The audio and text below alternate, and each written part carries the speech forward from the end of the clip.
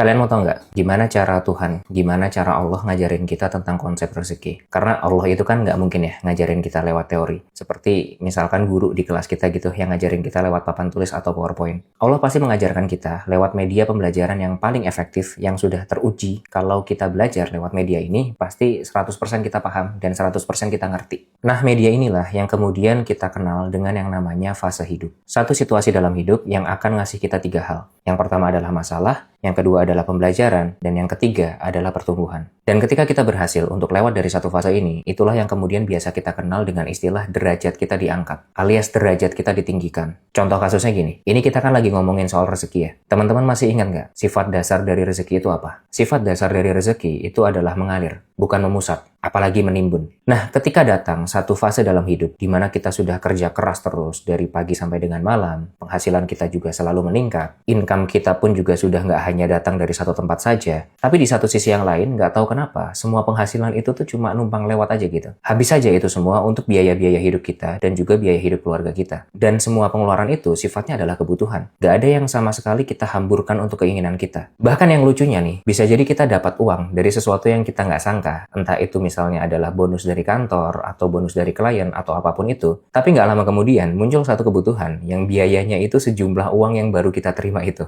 Pernah nggak ngalamin kayak gitu? Jadi nggak tahu kenapa, berapapun yang kita dapatkan, semuanya itu tanpa kita sadari mengalir. Nah, kalau teman-teman pernah mengalami fase seperti ini, inilah fase di mana Tuhan itu lagi ngajarin kita secara langsung mengenai konsep dasar dari rezeki. Bahwa setiap rezeki yang termanifestasi menjadi uang ataupun materi dalam hidup kita, semuanya itu punya tujuan, punya manfaatnya masing-masing. Maka uang yang awalnya kita kira habis sia-sia untuk beli token listrik, nyatanya itu adalah yang menjaga suasana rumah kita agar tetap hangat dan juga membuat kita bisa beribadah serta beraktivitas dengan nyaman di rumah. Uang yang awalnya kita kira habis sia-sia untuk membeli bensin, nyatanya itu adalah yang membuat kendaraan kita menjadi bermanfaat dalam mengantarkan kita untuk mencari nafkah sehari-hari. Dan uang yang awalnya kita kira habis sia-sia untuk beli makan di rumah makan, nyatanya itu membantu rumah makan tersebut untuk membayar gaji karyawannya tepat waktu, bahkan memberikan bonus kepada karyawannya sehingga ekonomi keluarga mereka bisa berputar. Nah, maka teman-teman, nggak perlu mengeluh, nggak perlu menyesal kalau misalkan penghasilan kita itu selalu habis setiap bulannya, asalkan itu mengalir pada hal-hal yang membawa manfaat.